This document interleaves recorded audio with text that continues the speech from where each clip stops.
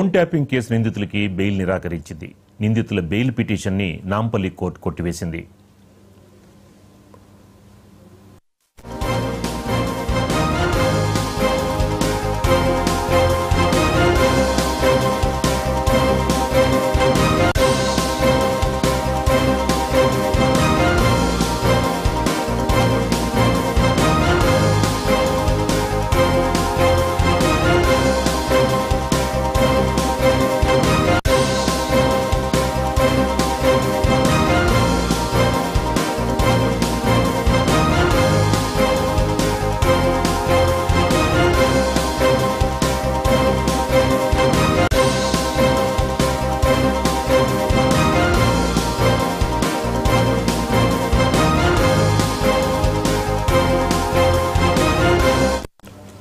Phone tapping case నిందితులకి bail నిరాకరించింది. నిందితుల bail పిటిషన్ని Nampally court కొట్టివేసింది.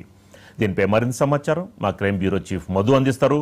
మధు, మరి ఒక పక్కన ప్రభుత్వం ఈ ఫోన్ ట్యాపింగ్ కేసులో విచారణకు అనుమతి ఇచ్చింది ప్రభాకర్ రావుని, అలాగే రాధాకిషన్ రావుని అని తెలుస్తోంది. మరి వాళ్ళు బెయిల్కి అప్లై చేసుకున్నారు, కానీ నాంపల్లి కోర్టు కొట్టేసింది. అంటే ఏ అంశాలను బేస్ చేసుకుని వాళ్ళ బెయిల్ నిరాకరించింది అంటారు?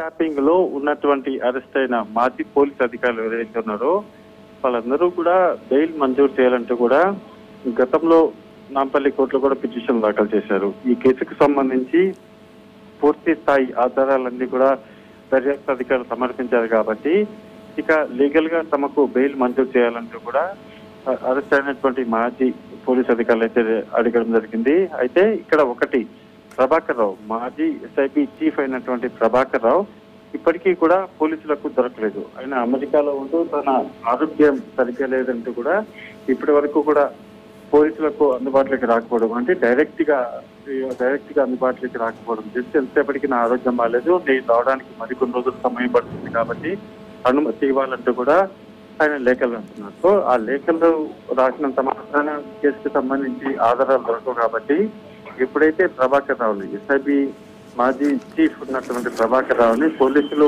విచారిస్తారో అప్పుడు ఈ కేసుకు సంబంధించి పూర్తి స్థాయి ఆధారాలను కూడా అర్థమైంది. సో ఈ నేపథ్యంలోనే ఈ కేసు ఇంకా కూడా కొన్ని రోజుల పాటు కొనసాగే అవకాశం ఉన్న నేపథ్యంలో బెయిల్ వచ్చే అవకాశం అయితే చాలా తక్కువగానే ఉన్నాయి. Right, thank you Madhu.